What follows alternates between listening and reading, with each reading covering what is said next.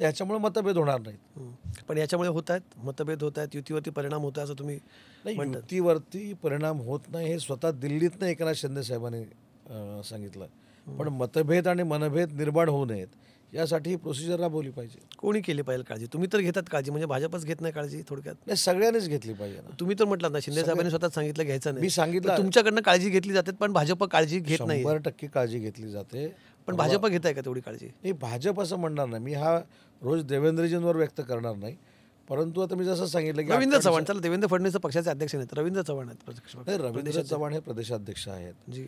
प्रदेशाध्यक्ष म्हणून काम करत असताना अनेक कार्यकर्ते त्यांना भेटत असतील, अनेक आमदार त्यांना भेटत असतील. प्रत्येकाच्या आमदाराचं भाजपाच्या अस्तित्व टिकावं ही प्रदेशाध्यक्ष म्हणून त्यांची भूमिका असेल. पण त्यांना देखील तुमच्या माध्यमातून मला विनंती करायची आहे की अशा पद्धतीचे प्रवेश घेत असताना समोरचा पक्ष म्हणजे आम्ही नॅशनल अलायन्समधली शिवसेना ही दुखवणार नाही ह्याची दक्षता घेतली गेली पाहिजे आणि ते भविष्यामध्ये नक्की घेतील, कारण ते देवेंद्रजी फडणवीस यांच्या नेतृत्वाखाली काम करतात.